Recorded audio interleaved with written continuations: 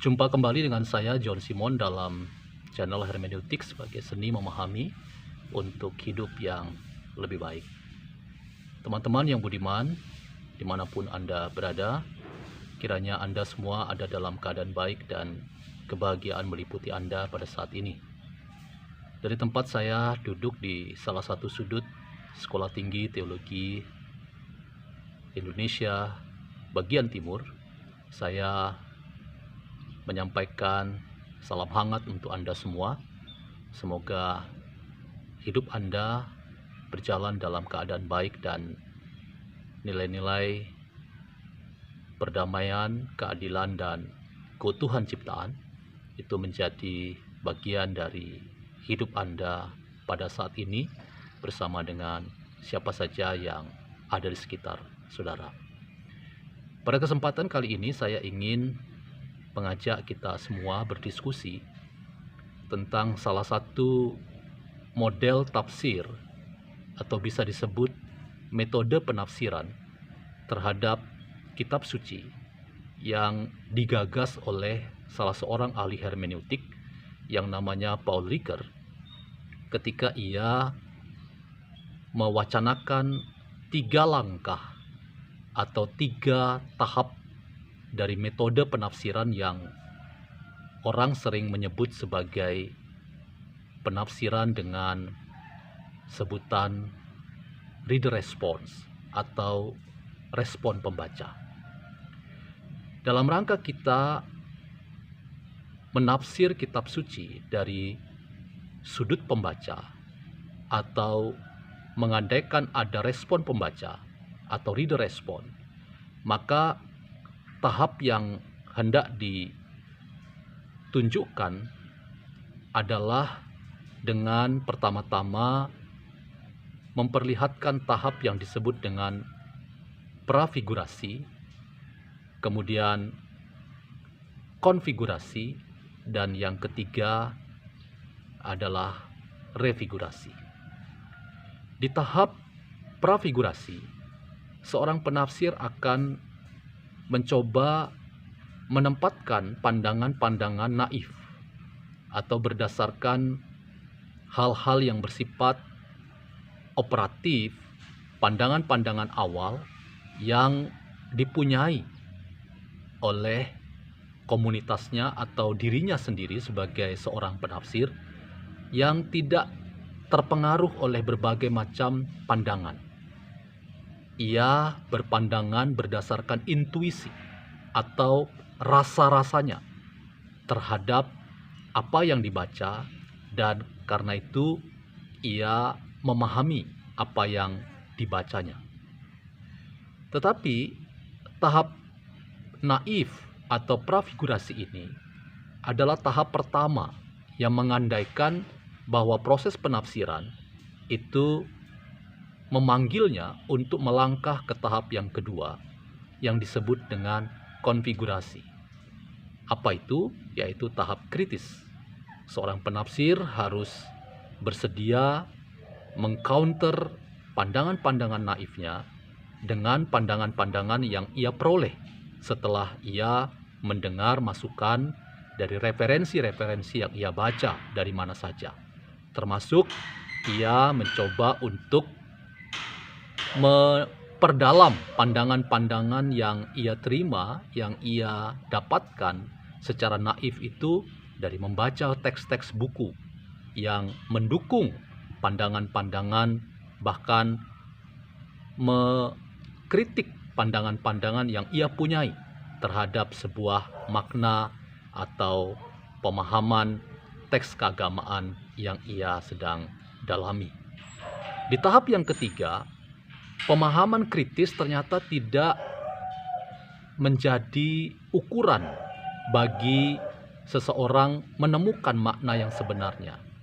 Maka seseorang itu kemudian dibawa untuk melangkah ke tahap yang ketiga yang disebut dengan refigurasi.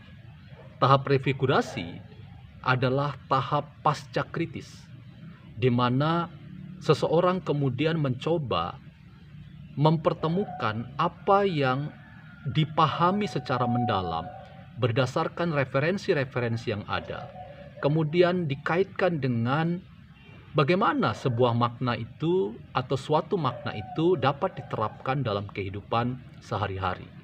Sehingga lewat kehidupan sehari-hari yang diamati, maka seseorang atau sebuah komunitas menemukan pegangan hidup, menemukan sandaran hidup yang dapat dipakai untuk meneguhkan sebuah praktek keberimanan atau keberagamaan.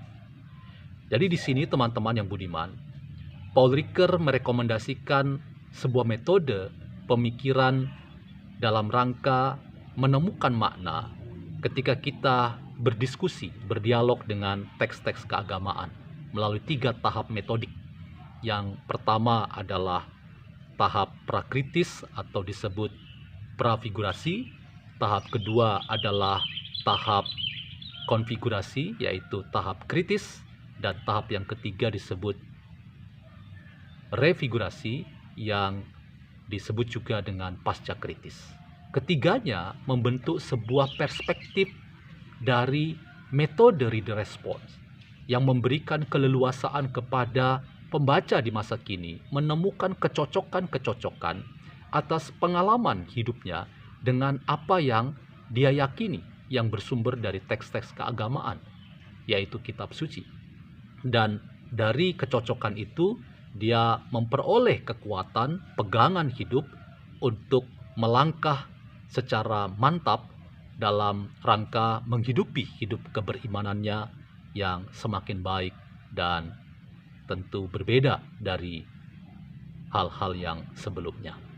Teman-teman yang budiman, disinilah ketika tahapan kita menafsir kitab suci secara reader respon, salah satu yang hendak dibangun adalah mencapai self-understanding, mencapai pemahaman diri, mencapai gambaran diri yang baru, gambaran diri yang berbeda, gambaran diri yang lebih baik, yang disebut oleh Paul Ricoeur sebagai subjek yang sadar tentang panggilan moral politik.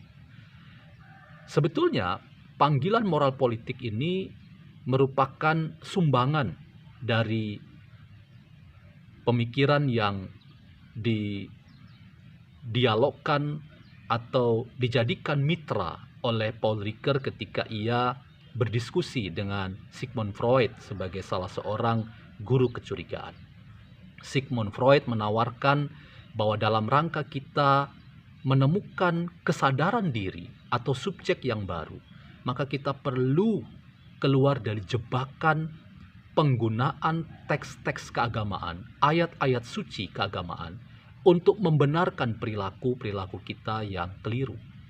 Karena itu, seringkali komunitas agama atau orang yang mengaku beragama seringkali latah menggunakan ayat-ayat suci untuk membenarkan sebuah tindakan yang dianggap itu benar menurut kacamata Tuhan.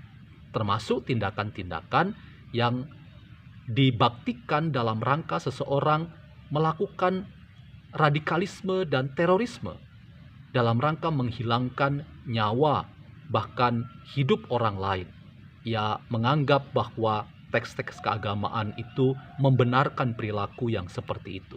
Disinilah tantangan kita untuk melakukan kritik atas kita sebagai penafsir agar keluar dari jebakan penggunaan ayat-ayat untuk membenarkan atau melegitimasi perilaku, pemikiran, sikap kita. Dimungkinkan ketika kita melakukan tahapan-tahapan pemikiran dalam rangka penafsiran kitab suci dari tahap naif menuju tahap kritis dan kemudian pasca kritis, yang tujuannya adalah mencapai self-understanding atau pemahaman diri yang lebih baik. Inilah teman-teman yang saya diskusikan dalam kesempatan perjumpaan kali ini, dan secara sederhana saya ingin mengatakan bahwa dalam rangka kita memahami diri yang lebih baik, maka kita harus berani melangkah dari tahapan naif atau prafigurasi menuju tahapan kritis atau konfigurasi, kemudian melangkah ke tahap yang terakhir menjadi menghadirkan diri secara baru lewat panggilan hidup yang berbeda menjadi manusia baru lewat tahapan pasca kritis atau tahap yang disebut dengan prefigurasi. Nantikan terus diskusi saya dalam channel hermeneutik sebagai seni memahami, dan sampai bertemu kembali.